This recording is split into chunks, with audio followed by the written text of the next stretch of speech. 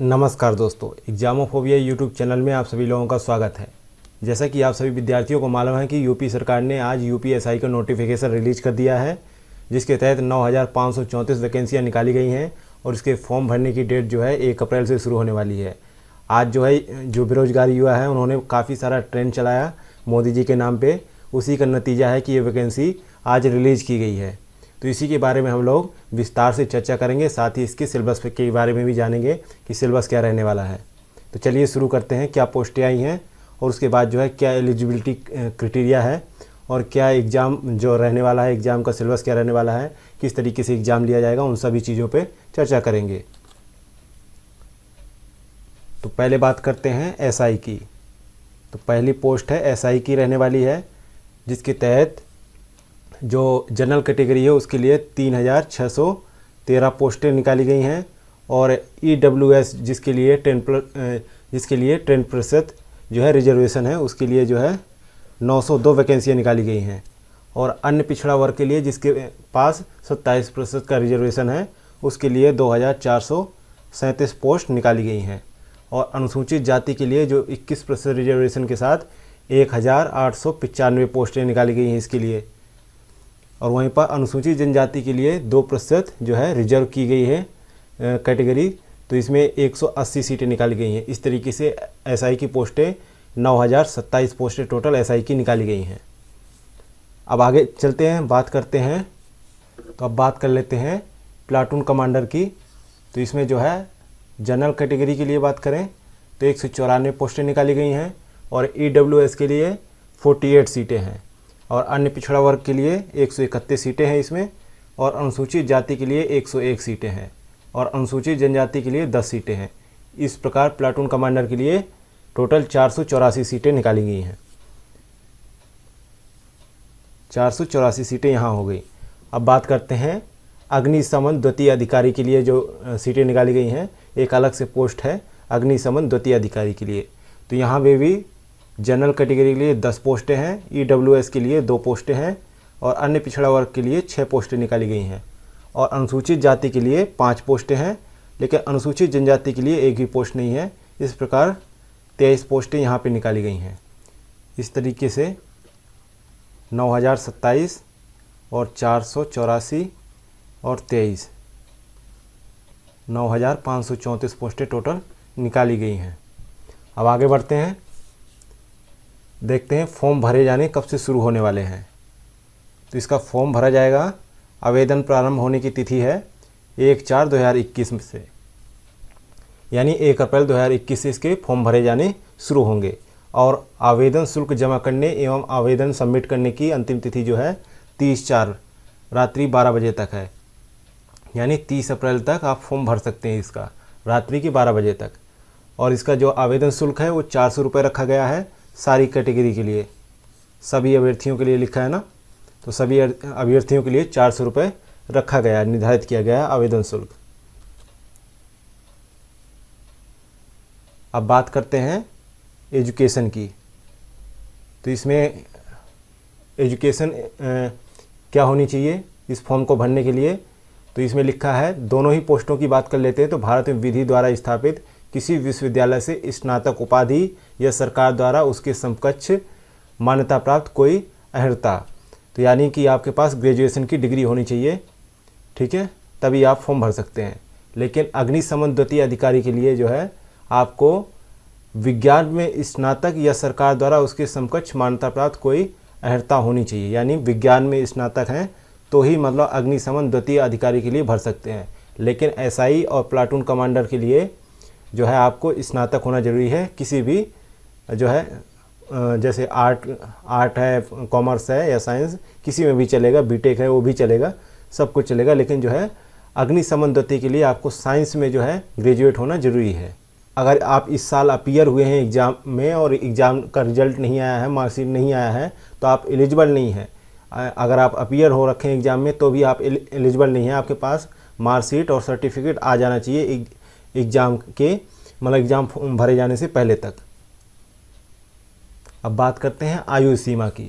तो आयु सीमा में क्या आयु होनी चाहिए इसमें, तो इसकी बात करते हैं। अभ्यर्थी ने दिनांक 1/7/2021 को 21 वर्ष की आयु प्राप्त कर ली हो, मतलब ये आने वाला 7वां महीना है, यानी जुलाई तक, 1 जुलाई 2021 तक 21 साल की आयु प्राप्त कर ली हो और 28 वर्ष से अधिक की आयु पूर्ण न की हो, अर्थात अभ्यर्थी का जन्म 1/7/1993 से पूर्व तथा दिनांक 1/7/2000 के पश्चात हुआ हो, तो ही वो एलिजिबल है इस फॉर्म को भरने के लिए। तो इसकी एज लिमिट है 21 से 28। बाकी रिजर्व कैटेगरी के लिए छूट भी मिलेगा इसमें। अब बात करते हैं इस एग्ज़ाम की। तो ये एग्ज़ाम ऑनलाइन माध्यम से करवाया जाएगा और जो है इसमें ऑब्जेक्टिव क्वेश्चन पूछे जाएंगे और इसका सिलेबस है मतलब शॉर्ट फॉर्म में हिंदी के जो है 100 क्वेश्चन पूछे जाएंगे, हिंदी आएगा इसमें 100 क्वेश्चन का, और मूल विधि, संविधान और सामान्य ज्ञान के क्वेश्चन पूछे जाएंगे 100 क्वेश्चन। और इसके बाद तीसरे नंबर पर संख्यात्मक एवं मानसिक योग्यता जो है मतलब मैथमेटिक्स के क्वेश्चन आएंगे, अर्थमेटिक प्लस जो है मतलब कि और एडवांस लेवल की भी मैथ आएगी, ट्रिग्नोमेट्रिक वगैरह, तो उसमें 100 क्वेश्चन पूछे जाएंगे, 100 अंक का जो है क्वेश्चन पेपर होगा। और मानसिक अभिरुचि परीक्षा यानी रीजनिंग पूछी जाएगी 100 अंक की। इस तरीके से टोटल 400 अंकों का पेपर होगा। आगे देखते हैं। ये परीक्षा 2 घंटे की होगी, यानी 120 मिनट की होगी ये परीक्षा। और ये परीक्षा एक ही तिथि को 1 या 2 से अधिक पालियों में की जा सकती, करवाई जा सकती है। वो आयोग डिसाइड करेगा कि उसके सुविधानुसार क्या होता है। लेकिन इसमें जो है 4 टॉपिक दिए हैं, प्रत्येक में 100-100 अंक का पेपर होगा। तो इसमें प्रत्येक में पासिंग मार्क्स जो है 35% होने चाहिए, यानी प्रत्येक में लगभग 35 नंबर आने चाहिए। और अदर तरीके से पासिंग मार्क्स की बात देखी जाए तो कुल का 50% अंक प्राप्त करना चाहिए, नहीं तो अभ्यर्थी को जो है विफल घोषित कर दिया जाएगा, इस एग्ज़ाम में पात्र नहीं समझा जाएगा। अगर मतलब ओवरऑल 200 नंबर नहीं है 400 में से, तो वो पास नहीं होगा, फेल हो जाएगा इस एग्ज़ाम में, क्योंकि ओवरऑल जो है 50% पास होने के लिए चाहिए। ठीक है, आगे बढ़ते हैं। तो अब बात करते हैं इसके जो शारीरिक मानक परीक्षण की। तो यहाँ पे पुरुषों के लिए यानी मेल के लिए क्या मांगा गया है, तो सामान्य और अन्य पिछड़े वर्गों और अनुसूचित जातियों के अभ्यर्थियों के लिए न्यूनतम ऊंचाई 168 सेंटीमीटर होनी चाहिए, 168 सेंटीमीटर होनी चाहिए। जबकि अनुसूचित जनजाति के अभ्यर्थियों के लिए न्यूनतम ऊंचाई 160 सेंटीमीटर भी चलेगी। अब बात करते हैं सीने की। तो जो है सामान्य और अन्य पिछड़ी जातियों और अनुसूचित जातियों के लिए न्यूनतम सीने का माप जो है 79 सेंटीमीटर होना चाहिए, बिना फुलाए 79 होना चाहिए, और कम से कम 84 सेंटीमीटर फुलाने के बाद होना चाहिए। और वहीं बात करें अनुसूचित जनजातियों के लिए तो 77 सेंटीमीटर बिना फुलाए और फुलाने के बाद 82 सेंटीमीटर होना चाहिए कम से कम, तभी आप लायबल हैं इस फॉर्म को भरने के लिए। न्यूनतम जो बात करें 5 सेंटीमीटर सीने का फुलाव अनिवार्य है, कि मिनिमम जो है 5 सेंटीमीटर सीना फूलना चाहिए, फुलाने के बाद जो है नाप आना चाहिए, तो डिफरेंस 5 सेंटीमीटर का होना चाहिए। आगे बात करते हैं महिलाओं के लिए, जो हाइट के लिए बात है। तो ऊंचाई कितनी होनी चाहिए, सामान्य और अन्य पिछड़े वर्गों और अनुसूचित जाति की महिलाओं के लिए 152 सेंटीमीटर की ऊंचाई चाहिए, और अनुसूचित जनजाति की महिलाओं के लिए 147 सेंटीमीटर की ऊंचाई चाहिए।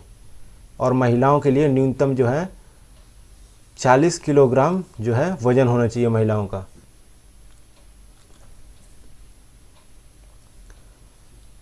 अब बात करते हैं दौड़ की। तो इसमें दौड़ क्या रहने वाली है, तो पुरुष अभ्यर्थी के लिए यानी मेल कैंडिडेट के लिए 4.8 किलोमीटर की दौड़ होगी, कितने मिनट में, 28 मिनट में।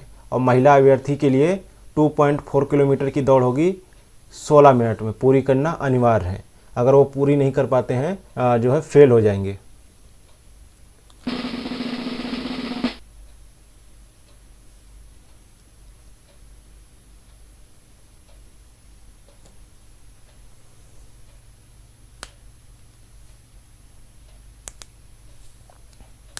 अरे भैया सुनो सुनो, हाँ तुम्ही से कह रहे हैं। अब यहाँ तक आ ही गए हैं तो मतलब वीडियो अच्छी लगी है, और वीडियो अच्छी लगी है तो लाइक करना शर्माना कैसा। तो हमारी वीडियो को लाइक करें, शेयर करें और चैनल को सब्सक्राइब करना बिल्कुल ना भूलें। धन्यवाद।